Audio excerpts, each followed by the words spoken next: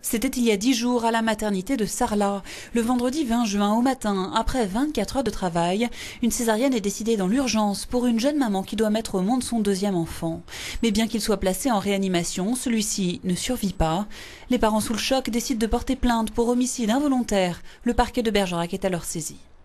L'enquête, qui elle est moins technique, c'est le recueil d'auditions de tout le personnel soignant de l'hôpital, puisque cette maman était arrivée déjà depuis plus de 24 heures à l'hôpital, donc savoir refaire la chronologie de tous les soins qui ont été apportés, de tout le personnel soignant qui est intervenu, jusqu'au moment de l'accouchement.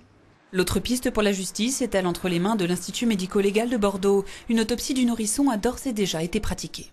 Nous savons que le bébé est mort d'une insuffisance cardio-respiratoire aiguë, ce sont les termes exacts des médecins. Il n'y a pas de lésion traumatique particulière. Mais la grande question est encore en analyse dans les laboratoires.